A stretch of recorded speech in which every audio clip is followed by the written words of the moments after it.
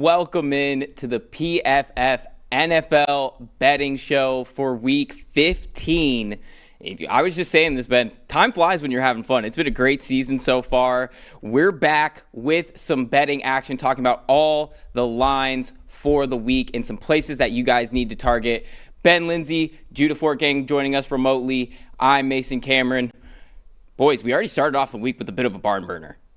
Atlanta wins as the underdog on the road, 29-28 against the Buccaneers.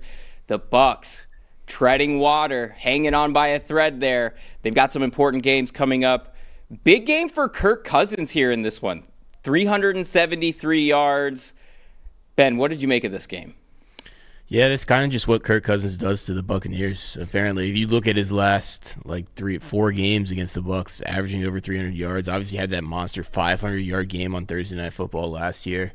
And I kind of thought that was how this was going to go. Atlanta had a little bit more success running the football than I thought they were going to. But I kind of expected Kirk to play pretty well for it to be a high-volume game. And it was a good night. I had some David Sills receiving, had some Bijan receiving. They didn't have any Kyle Pitts, but ended up not really mattering because Kirk and Sills and Bijan were super productive through the air. Yeah. Kyle Pitts, career day, 11, 166, 3 touchdowns. Judah, I know you were on some Falcons passing game stuff too. How'd you do last night? Yeah, it's definitely a good betting night, almost a special one. I think it feels like all of the PFF brass, we were all in collectively the David Sills alts, courtesy of Ben. That was almost a very, very special night. But yeah, I mean, like an unbelievably frustrating game to watch. The number of penalties and the number of high leverage penalties to just wipe away third downs. It was certainly a privilege to watch, but ultimately the betting line was good. We were in the green, and it was definitely a very intriguing finish to the game, which is a reminder. As you say, we're in week 15. You've got a first place Bucs team going up against a team eliminated from the playoffs, but anything can happen in this league. And despite even some frustration, ultimately we are really blessed to be able to watch and cover this league. Any given Sunday or any given Thursday. And of course, a big shout out to Ben Linsey with the David Sills angles. Because of course, we can't have sicko mode lines without Ben being right there to lead the charge with that. So of course, that was a great game. And of course, for everybody at home, if you guys want all the grading for that game right at your fingertips, it's just about ready. So make sure you guys go and get your subscription to PFF Plus. And right now, you can get that for 30% off with Holiday 30. That gets you access to all of our data trusted by all 32 NFL teams. That's going to get you the mock draft simulator, unlimited rounds so that you can fix your franchise. And of course, that's going to get you access to the PFF player prop tool so you can cash out more of your bets. And boys, we have a big week this week. A lot of really good games on the schedule and a lot of money-making opportunities in this one. And of course, if you guys want to go make some money as well, use promo code PFF at our partner with DraftKings so that you guys can get in on the action as well. So let's just jump straight into it, guys. We have some great lines here. Ben, start us off. Tell us about your game market bet of the week this week. Yeah, coming off a good game for Panthers fans. I apologize for kind of bringing it down after the bye week, after a big win against the Rams before the bye. But this is kind of the way that the Panthers season has gone, especially the last month or so. Roller coaster, up, down, up, down, up, down. And I'm going Saints money line, plus 120. Kind of similar to what we did last week with a short home dog money line. Chargers came through for us in a nerve-wracking game last week. Hopefully the Saints can do the same, right? And this isn't just there are a lot of trends that kind of point to this. The Panthers, 4 of their 6 wins before that Rams game, they followed it up with a double-digit loss. They're also 0-11 straight up as favorites since 2021. which is an insane stat, but it is a stat. But it kind of beyond just that stuff. This is a Saints defense that has actually been playing pretty well for a lot of this season. If you look at their last 10 games, they're 8th in the NFL in EPA per play allowed. Like they have been at worst a respectable unit for a long stretch of this season. And also on the other side, we talked a few times about the Panthers being unable to generate pass rush. They're 32nd in pressure rate this season. Since week 8, Tyler Shuck has an 84.8 passing grade from clean pocket. That's 6th in the NFL for us. That drops to 41.4 22nd when he's pressured. And we saw Shuck have a pretty good game against the Panthers earlier this season. Like, this is a spot where if he's not going to be pressured, if he has some time to work, I think they can have offensive success. And then on the other side, I think the Saints defense can hold up. Right, so I'm on Saints plus 120 here. And it looks like the model agrees with you here, Ben. If you guys look at the money line segment on the right here, our guys in the back showing you this is our scores and schedules page on PFF.com. When you do get PFF Plus, you actually get access to all of this game. It gives you so much good stuff at a glance. It gives you things like our estimated value on the spread, the money line, the total, impact injuries, some comparisons, and just straight up trends against the spread for both of these teams. And if you look at it here, it looks like that's something that our model agrees with, that you are going to get a value, about a 3.6% value on the Saints here at home. So that is definitely, something that does align with what you're saying here, Ben. And you could see it because, it's something, Judah, that you also mentioned last week. I believe you were on a Shuck same game, right? Same game parlay. I'm on a Shuck same game parlay seemingly every week at this point. I think the market has caught up a bit, sadly. So this might be the first week off. But yes, I'm definitely, I think, certainly was more bullish on Shuck than the market. Though I do have to push back on Ben citing up some stats on a pre-Eric Eager Panthers team. Straight up favorites in 2021, 2022, 2023. I'm not sure as relevant for the season, but that I think is kind of the perfect time to buck that trend for the Panthers. I just do think this is a Saints team that because of Shuck, and I think because of his ability to move the ball is underrated. And 2.5 point I think road favorites is a bit of a stretch for me as well, though I'm not sure I'm fully on the Saints money line. And it looks like the chat wants some Panthers in here. We got some keep poundings. It looks like Walt in here. Walt, how you doing? Walt in here with some Go Saints so that his Raiders can move up the draft board a little bit.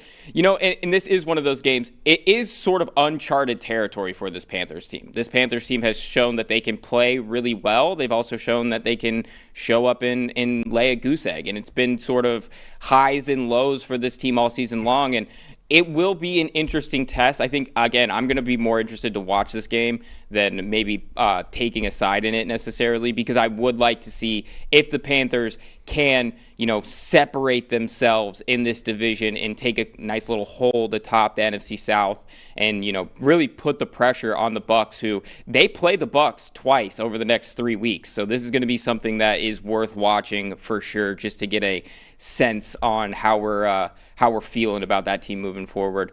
But you're a real NFL fan if you're more interested in watching this game for the football than to bet it. That's real football, real NFL hat Rob Lowe stuff right there. Yeah, there we go, degenerate stuff right there. This is a first place team we're talking about here, man. Right? That's what I'm saying. Like, this is a team. This is the Carolina Panthers. It's December and the Carolina Panthers are in first place. That doesn't happen. We just woke up in the twilight zone this morning. So, I'm interested to just see how it all shakes out as we get down the stretch. But Judah, you've got another angle that I'm really interested in hearing written down here on our notes. Tell me a little bit about the game market bet that you're targeting this week. Yeah, it's be Seattle minus 13.5. And I think it's less of a kind of data play by the nature of it, considering that we've got Grandpa Phillip Rivers. And I like that I can say that phrase literally on the other side of this game. But look, this is, to me, very similar to the Max Brosmer situation. But perhaps I think a bit worse for the Colts. The kind of counter argument to, you have a 44-year-old quarterback who hasn't played in 5 years, which there is no base rate of success for 44-year-old quarterbacks because we don't see them. Tom Brady was the exception, but he's an exception. He's not the norm. Not to mention that this is a guy who hasn't played football. It's one thing to kind of look at a team and say, they have a good run game, they have a good offensive line, they have good receivers. But I think that kind of is a little bit too simplistic. If you look at how the Colts run game operated, so much of it was built off of RPOs and the threat of even a Daniel Jones run, that when Daniel Jones got hurt, this run game hasn't been as effective because there was no threat of a Jones run. Certainly, that would be the case for Phillip Rivers here, who obviously has, he never had mobility, but certainly not in this state. That I don't think this is a particularly great run game, and obviously they're going up against a very tough Seattle run defense. You can say all you want about Phillip Rivers, and I don't think he's going to. It's somewhat of a guess. It's somewhat of a tailored guess. Be able to have much success, but also this is the worst possible spot to go to. This is a Seattle defense that is number 1 in the NFL in yards per dropback, number 1 in perfect coverage rate, number 1 in disruption rate, an impossible team to play at home. I don't see this as a spot where the Colts are going to be able to get much going. And then you turn to the other side of the ball. This is a Colts defense that has been decimated by injury. They're playing a ton of man coverage, and they do not have anyone to guard JSN right now. Sam Darnold has some of the biggest splits, similar to disruption versus not. The Colts are not generating any disruption. It's a perfect spot, I think, for Darnold. And you add it up, and this could be a spot where we look back and say the number was even at 13.5 was way, way wrong. And I think they are incredibly intriguing at 13.5 because of just the median. We can anticipate I don't see how the Colts are going to score 2 touchdowns in this game, barring some kind of miracle. And this is a Seahawks team which should be able to put up a ton of points on a really bad Colts defense, accounting for injuries. Yeah, this is another thing too when we talk about this. We're in uncharted territory right now. Just for full disclosure, a lot of what our data even pulls from is not even back to when Phillips played. We have data that goes back to 2006, right? But a lot of our tools actually really truncate data into the last 5 year or so span. Just a little behind the curtain for everybody out there. So when we come into evaluating some games like this is a complete unknown. And like you said, Judah, this is not the norm. Tom Brady is one thing, but I was saying this yesterday in a call, even if Tom Brady were to step back onto the field after 5 years of being away, this is a guy that's a Hall of Fame finalist coming back to play football. This is a situation where I think we're really in uncharted territory. It's I'd use it from multiple angles, right? It's uncharted territory because of the age. It's uncharted territory because of the time off. It's uncharted territory. This is still a guy who is not familiar. He's familiar with the Colts organization, whatever that means. It's a different owner. It's a different head coach. Every piece of this is different. It's not like he has. He was running Shane Steichen's offense in high school. Judah, come on. It is a entirely different beast. It is you still got to learn everything in week 1, right? Obviously, that's gonna be very different 2-3 weeks time, where all the other stuff probably still applies. But in week 1, I don't know. I don't see how he can be anything but worse than Max Brosmer was. And I think one other thing is part of the angle to this is that this is talking about the Colts offense, right? That's sort of where we're at, where we could see some stagnation on the offense. We had already seen some stagnation on the offense.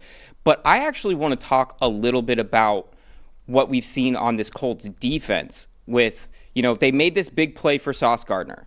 And if we go to the PFF premium stats page and we go to teams and we talk about their coverage grade, this is, if we go and sort by the coverage grade and you scroll down, you have to scroll pretty far to get to this Colts team. 29th in team coverage grade. That's a pretty bad look. Now, I know that they've been limited at cornerback, and that's been a pretty big issue for them, but they're still not looking great, even in some of the games that Sauce Gardner played, and now he's sort of nursing an injury here. Don't know how active he's going to be as we move down the stretch. That's going to be an issue when you come up against, this juggernaut of an offense that they're going to see on the other side. So that's going to be something that I'm going to be really interested to see play out as well, which is another angle playing into why this is such a big line. This is 13.5. This is the biggest. This is tied for the biggest line of the week. The other game that has 13.5 is the Jets versus the Jags. So that just shows you sort of the disparity of what we could see from this Seahawks offense. Ben, do you have any other angles or input on this one?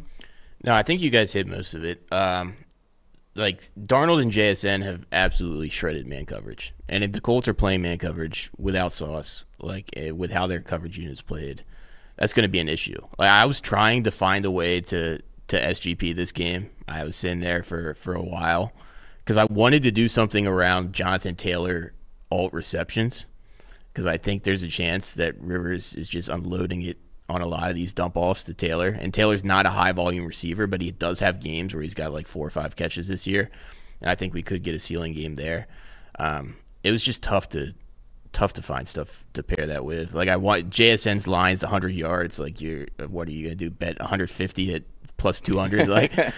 So I then Shaheed, I want to bet Shaheed, but I've wanted to bet Shaheed the whole time he's been there. He had a little bit of better game last week against Atlanta, but yeah, it's a game that Seattle should handle, and the 150-yard line just sitting there for Rivers is tempting me, just because I think they are going to have high pass volume, but it would just be a volume thing. There's a very good chance Phillip Rivers throws an interception in this game, because I think he is going to get rid of the ball, and I think he's going to throw some flutterers, and Seattle should be able to cover here. I'm also interested to see how he deals with pressure and moves around in the pocket, because they asked him, "Hey Phil, what are you weighing these days?" And he was like, "I don't know, man.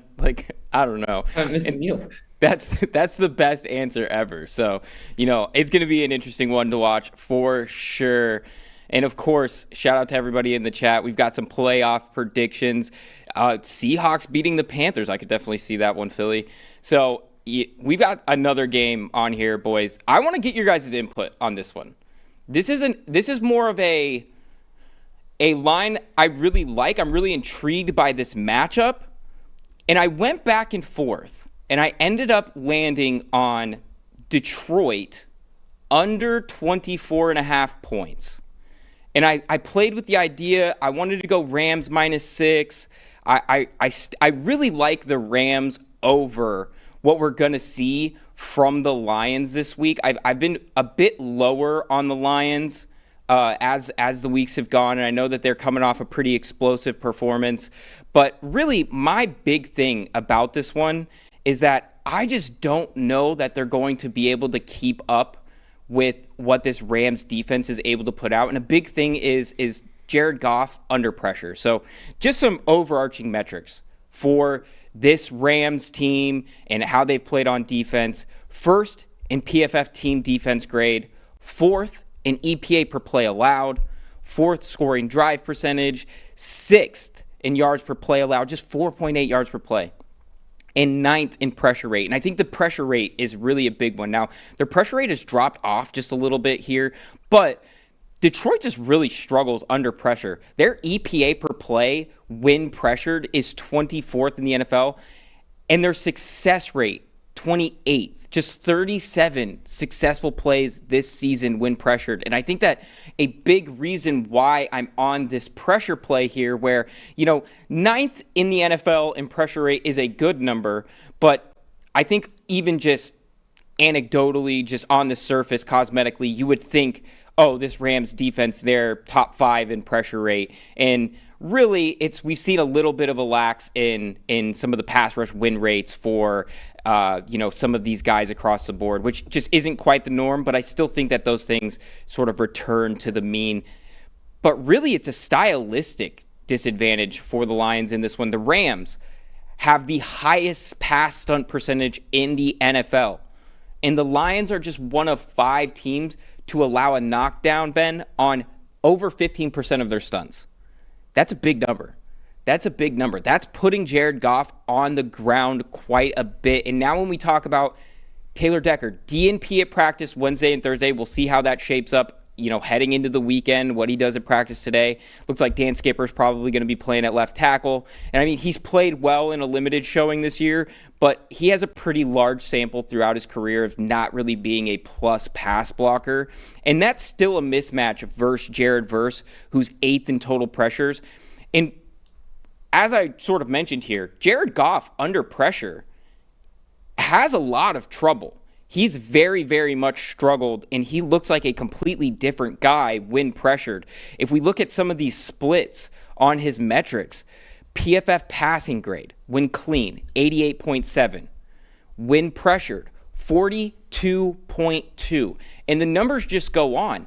And I think one of the ones that alarms me here is going to be the uncatchable inaccurate percentage. From a clean pocket, he's one of the most accurate quarterbacks in the NFL. 11.3% of his passes, only 11.3% of his passes are uncatchable.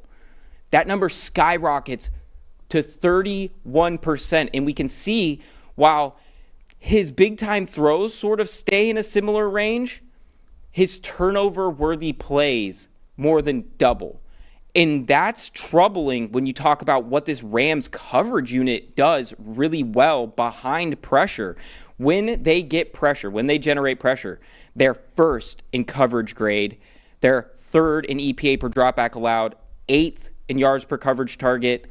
And of course, this is the big one, first in interceptions. So I have a feeling that when we see some of these situations, that it's going to be pretty difficult for this Lions offense to continue to keep pace with a Rams offense that, I mean, we know what Stafford does. We know what Stafford's going to be able to do against, what we would anticipate to be single high man coverage, because that's sort of the Lions coverage profile, but they sort of bucked that trend last week, and we'll see, how they come out if they decide to. But we've seen a lot of, this Lions team sputter, particularly on the road when they've come up against these teams that can pressure at a pretty high rate. They had 9 points against Philly, 17 against KC, and 13 when we look back at that game in Green Bay back in week 1. Now, I know that's a long time ago, but those are all the road matchups against teams that we know can get after the passer. So I'm interested to hear your guys' take. I was a little bit scared off from taking the Rams at -6 because, no Devontae Adams. I'm a little worried about what the Lions end up coming out with on defense. What's your guys' take on this game? Judah, we'll start with you. Yeah, I think you spoke a lot about pressure, which I think is reasonable. The Rams pass rush, I don't think is like the real strength of the defense. By my metrics, they're somewhere between like 10 and 20th best, which is, obviously good, but I think a lot of where they generate value is in their coverage, and especially how aggressive they are in enforcing turnovers, which are somewhat fluky.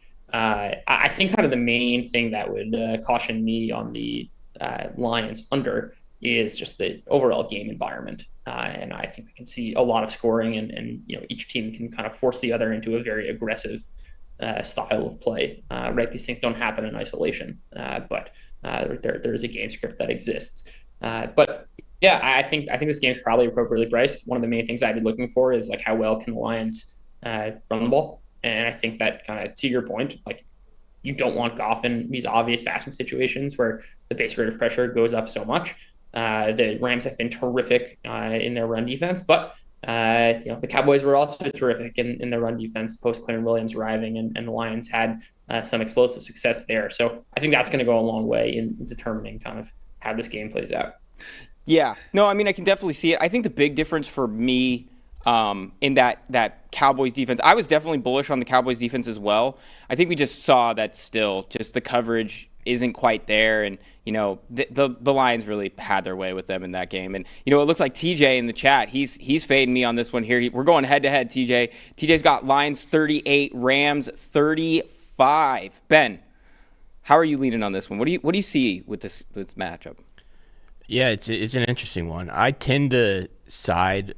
I think I would rather take Rams -6 than the Lions team team under, just because I think it, to Judah's point, it could competitive game that they could both be aggressive. But like I also don't mind fading the Lions offense coming off of last week where they dropped 44 against Dallas. We kind of saw this when they played Washington, right? They scored 44 points. Everyone's like, the Lions offense is back. They came out and dropped 9 against Philadelphia the next week. And Dallas's defense, like if you look kind of this idea of the improved Dallas defense, I do it's certainly better than what it was early in the year. But that was built on games against Arizona, Vegas, and Philly, who I don't like any of those offenses. And then the last 2 weeks against Kansas City and Detroit, gave up 28 to Kansas City in a win, and then gave up 44 to Detroit. So we're saying this improved Dallas defense, and I do think the Dallas defense is probably better, but the bar was easily bottom 2 defense in the NFL to get better from. All right, so this is a much tougher matchup against the Rams offense that Rams defense that by most metrics is top 5, fringe top 5 in the NFL. And the Lions offense, the offensive line isn't the same as we've seen in the past. They don't have Sam Laporta. There is still a lot of talent. Gibbs is awesome. St. Brown is awesome. James Williams is awesome. But we've seen, to Mason's point, when Goff does get pressured, it can be a little bit shaky, right? So I think that's a key for the Rams in this game. I think it's going to come down to the game plan in this one. And of course, our game plan of the week is presented by Western and Southern Financial Group, a game plan for your financial future. Just like every team's win starts with a great game plan, your future should too. With life insurance built like a championship roster, Western and Southern helps protect you and your family so you can focus on winning today, knowing tomorrow is covered. Whether you're just starting out building your dynasty or you're looking to lock in long-term protection, their coverage options are designed to match your game plan. Visit westernandsouthern.com/PFF to get your free life quote and start building your financial game plan today. Western and Southern, built to win, backed by over 130 years of helping people protect what matters most. And boys, we have some more game plans to go over here with some of our player prop picks of the week. Big shout out to our production team because I just pulled a curveball with that one. So they love me back there. But anyway, we have some good player props to talk about. And of course, you guys, if you don't have access to our player prop tool yet, the PFF player prop tool, go get yourself PFF Plus subscriptions. And right now you can get that for 30% off with code HOLIDAY30. That's how you get access to all of our data, the mock draft simulator and the player prop tool. And you can get all sorts of insights like this one. And boys, I know usually I let you guys go first, but I'm jumping in here because I'm excited. I'm going to be going to this game this week. So I got a little skin in the game for this one. I am going to be taking Chase Brown over 3.5 receptions at about even money right here. This is one that just feels like deja vu. As you can see, it's something that our player prop tool likes here. This is another one that I wrote about this week in our bets of the week, where the whole team gets together. We throw in some player props that we're really liking, so you guys can go read more about what I picked in that one, as I'm about to talk about here. Everything that Ben's picked. Ben's been on a heater, absolutely, so go check it out. And of course, like I was saying, this one feels like deja vu. T. Higgins in concussion protocol, leading to a big receiving day for Brown versus this Ravens defense. The last time they played, just a couple weeks ago, Brown had 7 receptions in that game, and it tied Jamar Chase for the most on the team. Higgins' absence, this takes a big hit. He took a couple of huge smacks to the head. It's a little bit worrying. He was cleared, but then reported concussion symptoms after the game. He hasn't been ruled out officially, I don't believe, still in concussion protocol, but I think they're likely going to be cautious with him. And really, this is a big loss for this Bengals offense. One of Joe Burrow's favorite targets, 23.8% target rate over the last 2 seasons. And in that game where they were back together, because they missed that Week 13 game, no Higgins, comes back, they're both together in Week 14. Higgins was targeted on 34% of his routes, so a huge number. And when both are healthy, I mean, they're clicking. But what we've seen is that Brown's usage is actually pretty solid when either Chase or Higgins miss a game with Burrow in the lineup. 247 snaps, 55 targets, a 22.3% target rate. And really, I just expect him to be much more involved in the passing games as we've seen over the last few weeks. He's gone over this number in 4 of his last 6. And when we talk about Baltimore in general, one of the key insights for this game, Ben, was that Chase Brown ranks 4th in targets per game among backs this season. When we look at this Ravens defense, they allowed the 5th most receptions to backs this season, and that's the most over just the last 3 games. It was 22 receptions over the last 3 games. We've seen a ton of backs hit this mark just over the last month or so. So I'm going to be in on the Brown overs here at 3.5 receptions. Ben, do you see anything in this matchup? Yeah, I mean, part of the last 3 weeks thing is they played Kenneth Gainwell, and Aaron Rodgers' favorite target, Kenneth Gainwell. That's true. But yeah, no, I like the angle. Like he becomes a bigger part of the passing offense with Higgins out because obviously Chase is going to get a lot of looks. Had a lot of success against the Ravens, but then you start to get pretty thin behind that. Like Gesicki, Brown. Like Brown had been Perrine had been taking a lot of the kind of pass down work early in the season before he got hurt. It seems like Brown has maintained more of that since Perrine has come back. Unfortunately for me, I was on Perrine 3+ receptions last week because I thought he might get back into that role against Buffalo. It didn't happen. But I like the angle. Like he should get pass game usage here against Baltimore. It's definitely going to be a good one. I'm interested. It's going to be cold out there. I'm going to be bundled up watching it happen. But Judah, do you see any other insights with this Bengals offense or their matchup here this week? No, I mean, I think this is just a pretty overrated Ravens defense that has kind of been beaten by every non-JJ McCarthy or Browns opponent. And I think Cincinnati, like Burrow's pretty much back. And, it would be expected that he's a worse version of himself. Certainly in the first week coming back, but even in the first couple, that I have some confidence in the Cincinnati offense. Look, I'm just going to say it's a bold take to go to a non-island football game. I certainly wouldn't do it, and I definitely wouldn't choose it in cold. Well, luckily I have access to the tape of all games after the fact, so I can definitely run back through and watch all the tape there and get some of the gist. But you're right, there is a little something missing without getting to see Scott Hansen there on the red zone and the quad box screen. Here at the office, we got 2 TVs, and one of them's always got red zone, and one of them's always got a quad box of different games going on. So we really we get the whole shebang here. But we've got even more picks on the slate, boys. Ben, tell us a little bit about your player prop pick for the week this week. Yeah, it's not my player prop bet, but Higgins out. It's Mitchell Tinsley touchdown bet, automatic. They hung an 850 early in the week, which I jumped on. It's down to under 400 now, but like that. Also like Keenan Allen over 3.5 receptions, plus 111 when I was looking at this last week. And really, with Keenan Allen, you have to be worried about the Chargers going heavy and Keenan Allen not being on the field. I got burned by that in the Vikings game earlier this season. Like that is a thing that can happen. But we saw last week, I think Tucker Fisk being out, and he was out last week. He got put on IR, so he's not coming back for a while here. That limits what they can do in their heavier personnel packages. And we saw them play more 11 personnel, which is 1 back, 1 tight end, 3 receivers last week.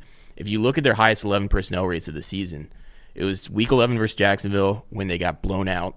It was week 7 versus the Colts when they lost by 2 touchdowns. And then it was last week, a little bit behind that, in a competitive, like close game that they were leading a lot of the way. They played 74% 11 personnel.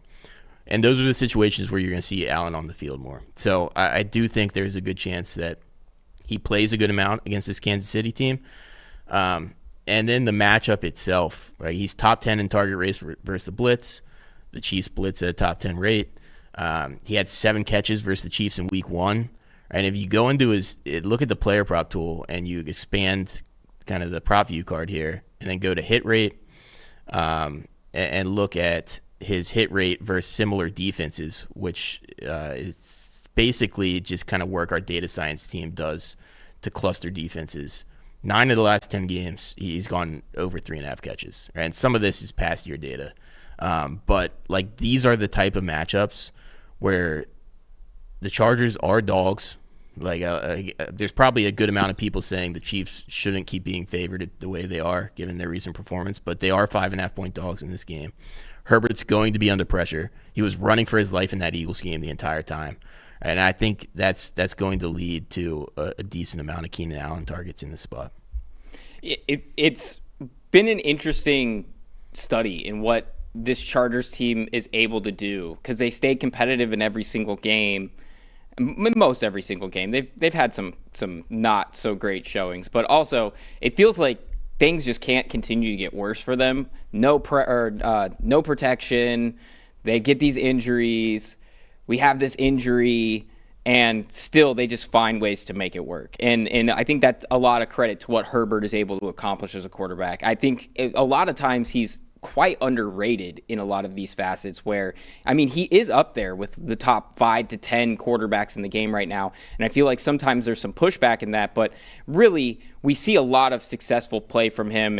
And it's difficult to see this not being a situation where his connection with Keenan Allen has been excellent, and over 3.5 receptions at plus money seems much more, reasonable than the odds would indicate. So, Judah, do you have any other insight on that game, that prop, or even maybe this Chiefs team? Yeah, I mean, I think the Chiefs offense obviously has its some of its issues, but I mean, the Chargers offensive line right now is a disaster, and I think their ability to hold up against the blitz is going to be somewhat risky. But yeah, I like the Keenan Allen play for sure. It's going to be an interesting one. Judah, while I've got you here, go ahead and give us your prop bet of the week here. What are you targeting? What are you bringing home for us? Yeah, CJ Stroud 230 passing yards at plus 102. I think there are a lot of SGP builds here to kind of get creative with, but this is a Arizona defense that over the last month of the season is getting massacred by opposing passing attacks, allowing like 8 yards per attempt. I mean, they're dealing with injuries. Their disruption rate has plummeted to 30%. CJ Stroud is one of the most sensitive quarterbacks to that, both in the sense that he is often disrupted, and a matchup against a team that can't cause disruption is going to kind of move that base rate to more favorable plays. And also, when he is kept clean, he's a top 10 quarterback. He's also the type of quarterback that, when kept clean, he gets very aggressive downfield. This is an Arizona team that is inviting deep passes over the last month of the season at one of the highest rates. I anticipate he's going to be able to connect on a bunch of deep balls, kind of as this protection has improved for him and matchup against Arizona. And then you add on, I mean, this is a real mismatch on the. I mean, everyone's a mismatch. Houston defensive line against any offensive line, but without Paris Johnson in particular, I think that Houston's going to give Brissett and this Cardinals offense a very, very difficult time, and there'll be immense kind of play value for a Houston team that has been pass heavy over, even with Davis Mills and a little bit more so with CJ Stroud. This is a pass above expectation type of team. I think he should be getting plenty of volume and should be fairly efficient against a really bad Cardinals defense in its current state. And I think what we can see too is this Texans defense puts them in so many games, and even sometimes when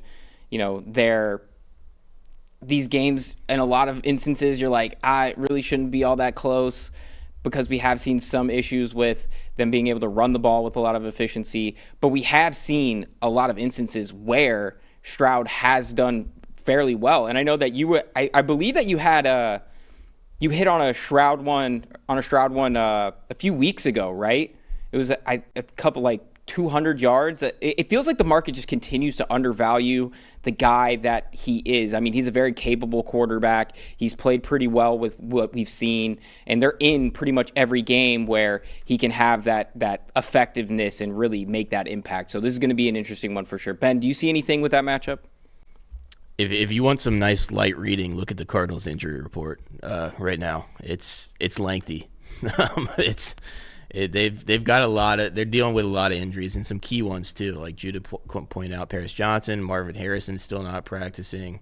You got Josh Sweat on there. Like it's Evan Brown. It's a long list for them. And I don't think that's the spot you want to be in against this Texans team that is really rounding into form. And both of the running backs for Houston are beat up. Right? Nick Chubb hasn't been practicing. Woody Marks didn't practice on Wednesday. Limited practice yesterday. So could lean into the pass even a little bit more than they have been. In Stroud's hit this number twice over the last 2 games. One was against that Indy defense that we talked about a little bit ago, and then the under on that KC game, which we know KC, really strong defense. That was a hard-fought game back and forth. So, I see the Cardinals definitely more falling into that realm of the Colts defense as opposed to the Chiefs defense for sure on that one. And, of course, if you guys want to get in on the action too, head over to DraftKings, our partner there, and use the promo code PFF and get you guys some play bonuses and play some of these ones. I'm going to be tailing both of these guys, so I'm in on this one. And of course, boys, it's the best time of the show. It's the best time of the show right here. We're going to talk about same game parlays, some heaters. Judah himself is the wizard of same game parlays, and you can check out all of his work and all of the angles he takes over on PFF.com. He writes an entire piece on some same game parlay angles that you guys got to check out. So Judah, I'm going to start with you on this one. Tell me, make me some money, Judah. Where are we going this week with the same game parlay? No Tyler Shuck, like you said. Where are we going with this one? Yeah. No Tyler Shuck, and I'm not betting on Brady Cook this week. If I didn't have the week 2 Jameson Williams SGP, then maybe the people would be after me for consistently betting on Jets quarterbacks. But we're going to go with Tua Tagovailoa, 280 passing, Jalen Waddle, 120 receiving, Miami money line. You can get this at 55-1 on DraftKings. This is a Steelers defense. I mean, we'll see the status of TJ Watt. He was obviously in the hospital with some lung issue, which would only be, the case would only be strengthened. This should be out. But this is a Pittsburgh defense which plays a ton of man coverage, and Jalen Waddle has been an absolute machine against man coverage. He's earning 31% of the Dolphins' targets against man. That number is closer to 23 against zone.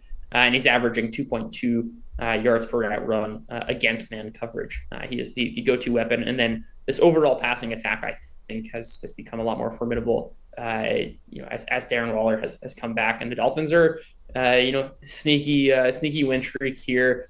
I think what's particularly intriguing is this Steelers offense. I think is so limited by Rodgers getting rid of the ball so quickly. We'll see on DK Metcalf's status as well. That is also up in the air. I just don't trust that this is a Steelers offense that's going to be able to move the ball effectively, which I think is going to mean a lot of play volume for Miami, which has been run heavy, but I also think has a decent shot at some real efficiency against a very, very man-heavy team, and one that allows a bunch of explosive plays. And I think Waddle's likely the recipient of that. And, it looks like Devon Achane is limited to start the week, so it's going to be up in the air. It's going to be something worth watching, but I think that just plays into your angle here that if Achane is limited at all in this game and they decide not to really pile him up with touches, that just opens that door to the Waddle door that you were talking about there. Ben, do you see anything in that one? Yeah, I like it. This is a Steelers pass defense that has been beatable all year. My biggest concern would be, I think the Dolphins are going to be able to run on the Steelers too. Like maybe they get Derek Harmon back. I know the Steelers fans, Steelers media, big Derek Harmon on-off splits in the run game. And I think that's largely a function of the guys coming in replacing him have really struggled, rather than like Derek Harmon is an elite run defender currently. But you mentioned Miami has been run heavy, and if they're able to run on Pittsburgh, like that kind of puts some of these high-end 2 alts in jeopardy. I actually think that it benefits them in this spot. I mean, look, there are degrees to this if they're running for 7 yards per carry, obviously. But I actually think in order to kind of actually take advantage of the Pittsburgh pass rush, you need to kind of neutralize the pass rush, obviously, and take advantage of the coverage. And I think the run game can do a good job of that. I just think there's a legitimate chance that Miami puts up 400 yards of total offense, 450 yards total offense, and that flows through Waddle. Yeah. I like Waller too. I know I was on tight ends against the Steelers last week, did not work out. Mark Andrews came through with the game-winning PBU for Baltimore, but that was about it. But Waller against man coverage has been a thing too this year, and the Dolphins really don't see that much man coverage, just because that's why of it's who intriguing. They are. Yeah, right. It's I also think it's an interesting game plan angle, which is what if they don't pass, negative 10% at expectation, and they're finally seeing the man coverage they know they can beat. They've been amazing against man coverage in the McDaniel era. That's another angle to it. It's what if they go pass heavy? There's asymmetric upside in that way because the market's pricing in such a strong prior, as they should, on this being a very heavy run offense. Because we've seen Tomlin, even when he comes up against these issues, you come up against the Bengals and they still just run a ton of man coverage, even though it looks like they're they're a day late and a dollar short on a lot of these routes and things like that. And I mean, Waddle can separate with the best of them, so it's up there. I'm right there with you, boys. I will say that there was a stretch a couple weeks ago where they were mixing it up a little bit more. I think they've kind of settled back into more man, but there is a chance that they don't just come out and run 50% man in this game. They use the Slay scapegoat there. Slay couldn't keep up, so now they're right back into it. Ben, let's stay with you. Tell us about your same game parlay this week. Yeah, I'm really interested in this Commanders-Giants game. I think there's a couple different ways to go with it. If you look at just the worst defenses by EPA per play since week 9, the Commanders are dead last, the Giants are second to last. And you're not getting crazy lines on a lot of these offensive players. So I do think there's ways to get creative. The one I opted for here, Darius Slayton, 80+, Devin Singletary, 2+ touchdowns, Giants -2.5. That is 80-1. And I'll start with the Singletary piece. If we're assuming that the Giants are able to move the ball on the Commanders, and I said the Commanders were last, they're last by double the Giants over that stretch. This was defense that just made J.J. McCarthy and the Vikings offense look good last week, and the Vikings were efficient against them. I think the Giants are going to be able to have a fair amount of offensive success here, which means that they're going to be down in the red zone a lot, downside the 10-yard line a lot. Their run rate with Jackson Dart at quarterback this year inside the 10 is 70%, which is over 10% higher than the next closest team over the course of the full year. Obviously, Dart has been getting some of those on designed runs and quarterback draws and different things like that. But if you look at carries inside the 10 with Scatabo off the field this year, Singletary 11, Dart 5, Tracy 4. I think Singletary is the back that they prefer down there. So we're assuming that they're going to have offensive success against the Commanders. They're going to move the ball. They're going to be down inside the 10 in the red zone a lot. I think Singletary is going to have multiple scoring opportunities in this game. And you're not getting the Jahmyr Gibbs, Jonathan Taylor 2+ touchdown price with Singletary for obvious reasons, right? He's not used to that level. Their offense isn't as good. But I do think in this matchup specifically, he has a better chance. And then Slayton with Dart on the field again. We saw Wandale kind of have spike games with Russell Wilson against the Cowboys, with Jameis Winston against the Lions. But with Dart at quarterback, Slayton leads all Giants wide receivers in yards per route run. He has an average depth of target up over 15 yards. And I think there's big play potential for him against this Commander secondary. So this is kind of just a way to bet on the Giants having a good amount of offensive success in this game. Slayton being a big piece of the passing game, Singletary cashing in a lot of those drives in the red zone, and the Giants covering at under a field goal. Though I do think there's some angles on the other side if you want to go with Mariota. Their running back situation's kind of iffy. Chris Rodriguez has been injured, but this is a very bad Giants run defense that we've seen for a lot of the year. Terry McLaurin got a massive amount of targets the last game. Like, Noah Brown's back. Like, I think there's multiple ways to build around this game. I just kind of like the Slayton Singletary angle. Yeah, and I think, to play into that Giants angle, I think we just need to say one thing. 31-0. That's what this defense allowed the Minnesota Vikings. That's a tough look.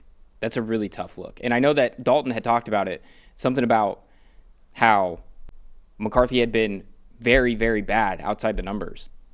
And Washington had been very bad defending outside the numbers. And something had to give. And what gave was the Commanders' defense. And I think that when you talk about it, you say the pricing isn't up there where this is, priced out like this Commanders defense isn't the worst in the league, where they have effectively been the lowest EPA per play allowed defense, the highest EPA per play allowed defense in the NFL from nearly start to finish. It's not even really been close. So I'm right there with you on this one. Judah, what are you seeing in that matchup? Yeah, I also think it's very intriguing from a kind of parlay perspective and very wide range of outcomes. And these are two terrible defenses. I think that my main concern with this build in particular is just that, who's going to get touchdowns. I think there's still so much higher on Tracy threat. Jackson Dart running in the red zone in addition to all of the passing probability. I'm not running to bet Singletary 2 touchdowns, but I think the angle is great, and I think this one can certainly really pop off, and there are a lot of very intriguing ways to build around given just how bad these defenses have been. And then the quarterback's passing props are sitting at 210, and these are when you have really, really bad defenses going up against either low volume or low efficiency offenses, you end up with a very interesting interaction, and obviously there's plenty of room to build on the tails. Love it. Completely agree. It's going to be an interesting one. I like the Singletary angle. I think when we talk about what they can see, and like you said, they're going to be down by the goal line a lot. I think there's going to be plenty of scoring opportunities. And this Commanders defense, 22nd in running back touchdowns allowed. So it is going to be a bit of an exercise in futility. So we're going to go to mine now, boys. And this one is my ode to my co-hosts here, you guys. Ben, do you remember what that parlay was that you had last week with Shedeur? Yeah, I don't. It was Judy 70, Shedeur. I might have only been 200. He ended up with 370, and then Judkins 100 rushing. So unfortunately, all my Shedeur and Judy last week were tied to Judkins, so I did not capitalize on what ended up being a monster game there. But we were this close to hitting it. And Judah, do you remember how you were going to rebuild that one? I Shedeur passing attempts.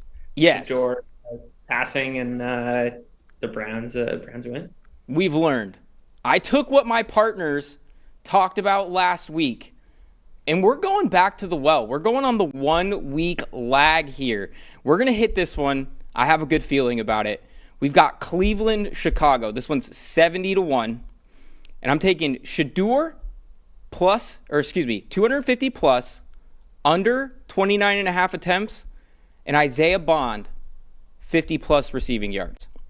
Now, I understand this one is going to be cold, but I don't think I'm scared away from that just yet. I think these numbers are low enough that this can be a situation where they get into it. Of course, Shedeur coming off a massive game. 23 of 42, 364, 3 touchdowns, and really where he killed this Titans team was their zone defenses. He had 71.4 passing grade, 10.0 yard per attempt, and he absolutely diced up their cover 3. 83% completion percentage, 18.5 yards per attempt, and I think that he's going to see a lot of cover 3 against Chicago. Now, Chicago likes to go between cover 2, cover 3, but they run pretty much all zone coverages. So what we can see is that I think they're going to bring in load boxes, try to stop Quinshon Judkins, a little bit colder game, and I think you're going to see a lot of opportunities where Shedeur can pick this up, because this isn't a super high number. This isn't sitting here saying he's going to blow the roof off the building and have another 300-yard game. It's 250 yards. And this is going to be a situation where Shedeur last week against cover 3, a 118.8 passer rating. And we talk about the Chicago defense. Even with some of those pieces back, they got back Jalen Johnson. They got back all these other different pieces on their defense to make them, on paper, better than the dead last ranking unit in the NFL in so many of these metrics. But they've still struggled to limit the deep passing game. 20.3% of their passes have gone over 15 yards over the last 2 games. And another big piece of this is Chicago hasn't been able to generate pressure. 28th in pressure rate, and Shedeur's splits when clean versus pressured are pretty outlandish. A 73.2 passing grade when left clean, and a 36 grade when under pressure.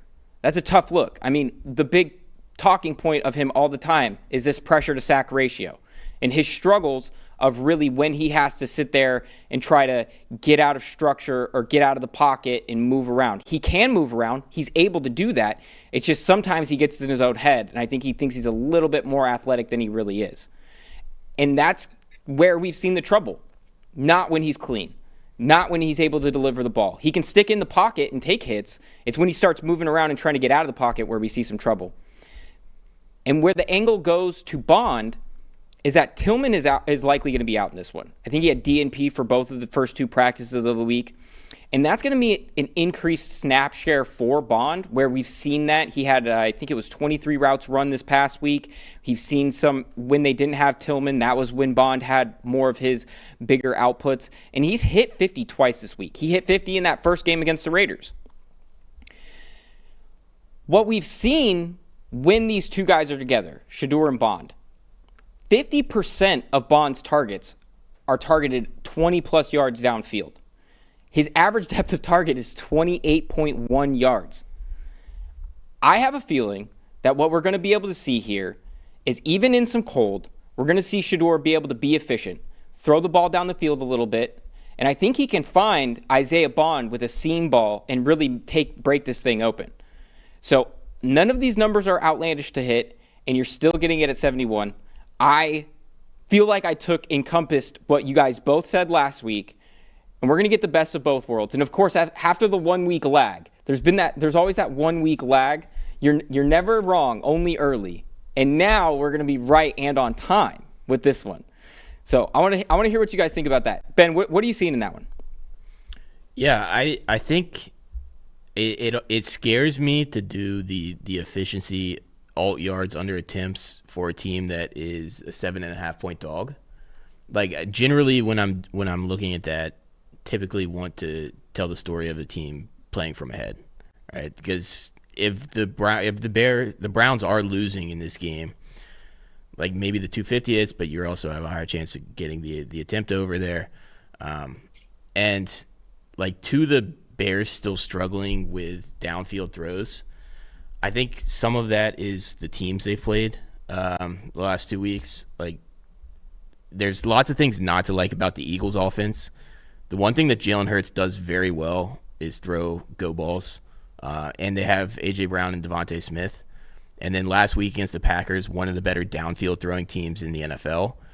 Like I do think the Bears defense is improved with some of the pieces they got back in the secondary. And this is a Browns offense that does not pose the same threats as those other 2 offenses do.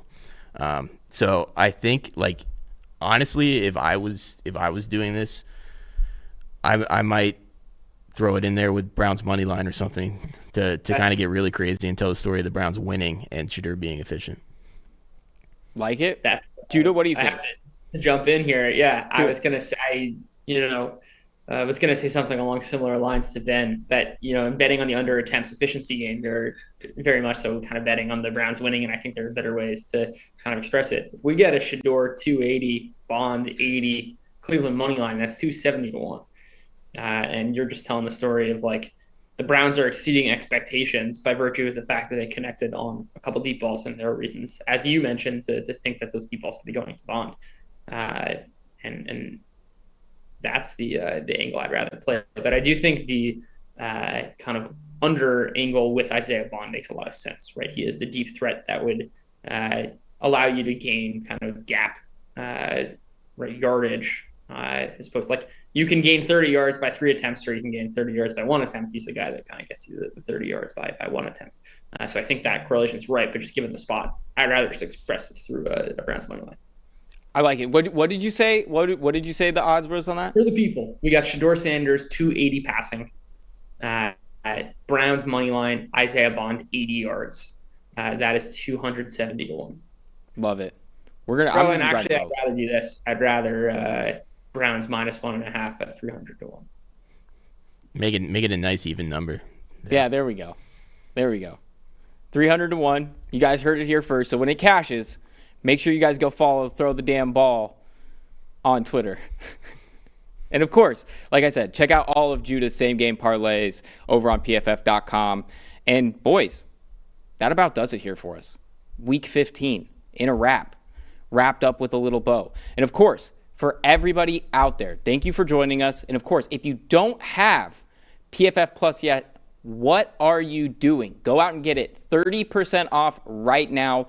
Promo code HOLIDAY30. Tell them Mason sent you. And I think that about does it for us, boys. Until next week, take care, everybody.